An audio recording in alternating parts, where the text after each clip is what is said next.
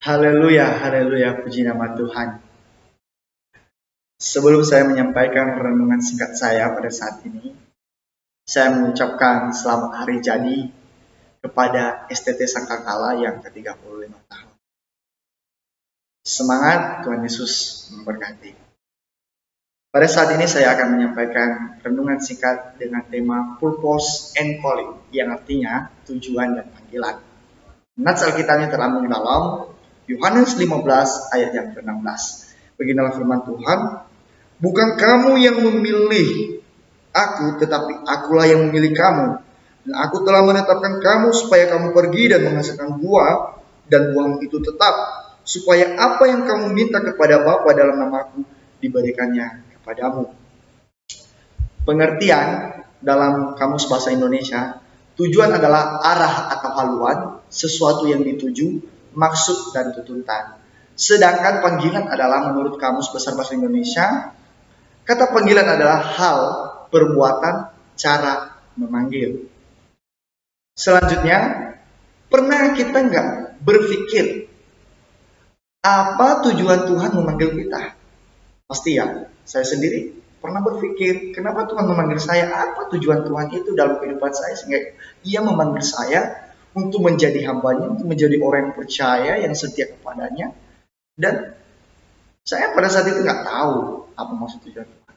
Tetapi saat ini saya akan membagikan apa maksud tujuan Tuhan memanggil kita.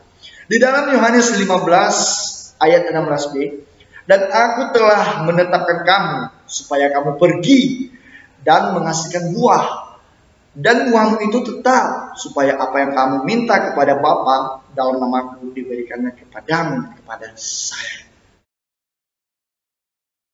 Saat ini kita akan mengerti maksud tujuan panggilan Tuhan bagi kita. Tuhan memanggil kita didasarkan pada otoritasnya, kuasa, kedaulatannya, dan kasih karunia-Nya yang sempurna bagi kita.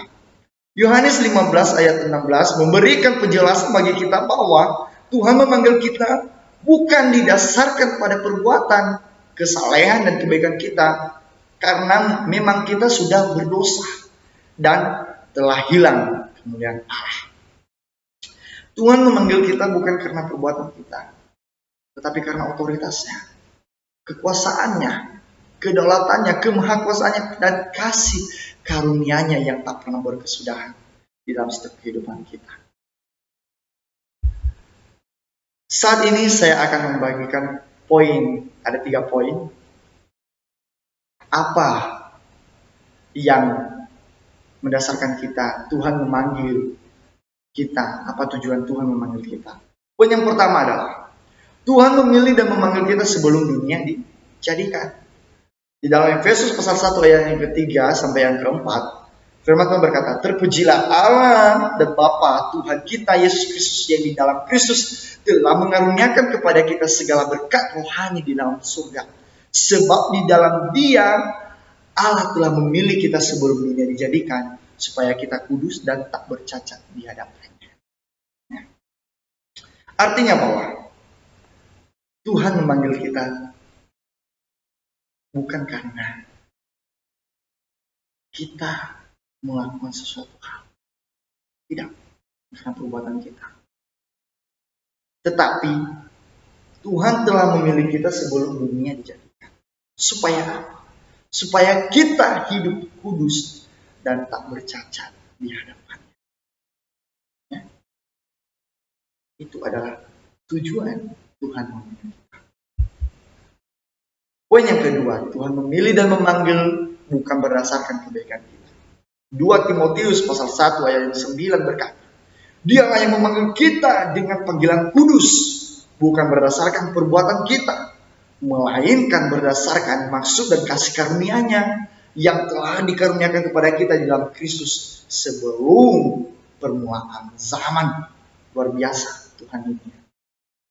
Tuhan luar biasa. Dia memanggil kita dengan kekudusan, bukan karena kebaikan kita. Dan semuanya itu adalah karena kasih karunia-Nya pada kita. Ini poin yang kedua. Mengapa Tuhan memanggil kita? Tujuannya apa? Ya. Dan bentuk apa Tuhan memanggil kita? Dalam bentuk apa? Tuhan memanggil kita adalah berdasarkan panggilan yang kudus. Karena Tuhan tak pernah berdosa. Dia tak pernah melakukan kesalahan. Jadi dia memanggil kita juga dengan panggilan yang kudus. Dan poin yang ketiga, Tuhan memilih dan memanggil kita supaya kita produktif. Artinya produktif adalah menghasilkan buah. Nah, yang kita bahas saat ini dalam Yohanes pasal 15 ayat yang ke-16. Bukan kamu yang memilih aku, tetapi akulah yang memilih kamu, dan aku telah menetapkan kamu supaya kamu pergi dan menghasilkan buah, dan buahmu itu tetap, supaya apa yang kamu minta kepada Bapa dalam namaku diberikannya kepadamu. Tuhan mau kita pergi, ada tindakan yang kita lakukan. Tuhan memanggil kita berarti ada tujuannya. Tujuannya adalah Tuhan menyuruh kita untuk pergi. Kemana? Kemana kita pergi? Di dalam Matius pasal 28 ayat ke-19 sampai 20, di situ jelas bahwa Tuhan mau kita pergi untuk menjadikan semua bangsa menjadi muridnya. Ya. Menjadikan semua bangsa muridnya dan membaptis mereka dalam nama Bapa, Anak dan Roh Kudus, dan mengajarkan kepada mereka apa yang telah diajarkan Tuhan kepada kita. Yang artinya adalah amanat agung. Kita menyampaikan kabar baik. Itu tujuan Tuhan. Kita pergi. Dan di saat kita pergi ada hasil yang kita dapat. Produktif. Tidak hanya pergi. Tetapi ada hasil. Ada buah yang tetap. Adalah menjadikan semua bangsa menjadi murid Allah. Dan kita membawa mereka ke hadapan. Jadi itu adalah tujuan dan panggilan Tuhan. Saudara-saudari yang terkasih dalam nama Tuhan Yesus Kristus. Tidak gampang. Karena di saat kita pergi yang kita beritakan adalah kabar baik. Dan yang kita sampaikan adalah hal-hal yang berbau tentang Yesus Kristus. Mengasihi. Menyayangi. Lemah lembut. Itu yang kita sampaikan. Dan bagaimana kuasa Tuhan kita menyampaikan pada semua orang. Begitu juga kita saat ini. Kita harus menjadi pilihan Allah yang benar-benar produktif. Yang benar-benar menghasilkan buah. Sehingga kita tidak hanya sebatas menjadi orang yang percaya atau yang namanya adalah identitas saja. Tetapi kita menjadi orang yang benar-benar produktif di dalam Yesus Kristus. Benar-benar percaya kepada Yesus Kristus. Dan kita menyampaikan pesan Tuhan kepada semua orang. Baik kepada orang yang masih belum percaya kepada Yesus Kristus. Maupun juga kepada orang yang sudah percaya. Kebenaran itu jangan berhenti di satu tempat saja. Kebenaran firman Tuhan harus kita beritakan sampai ke ujung bumi. Seperti yang Tuhan inginkan kepada murid-muridnya. Seperti yang saya sampaikan tadi dalam Matius pasal 28. Yang menjadi implikasi dan kesimpulannya. Untuk bisa mengerti tujuan dan panggilan Tuhan dalam kehidupan kita adalah pertama, komitmen untuk percaya kepada Tuhan dan komitmen untuk membuang segala hal yang sudah ditanamkan dari dunia, dari luar dan dari orang lain yang terbentuk sebelum ia menjadi anak Tuhan, baik itu hawa nafsu, ambisi duniawi, filsafat dunia, maupun cara-cara duniawi.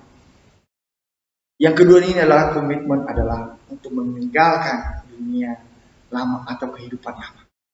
Sebelum kita menjadi milik Kristus yang seutuhnya. Tetapi setelah Tuhan memanggil kita, maka kita meninggalkan semuanya itu. Ya. Jadi kita harus hidup baru. Yang ketiga adalah komitmen untuk terus memperbaharui pikiran dan perasaan dengan firman Tuhan dan hidup di dalam hadiratnya. Dan yang keempat, komitmen untuk hidup dalam kasih karunia, yaitu dengan menghargai apa yang sudah Tuhan berikan kepada saya dan saudara-saudara.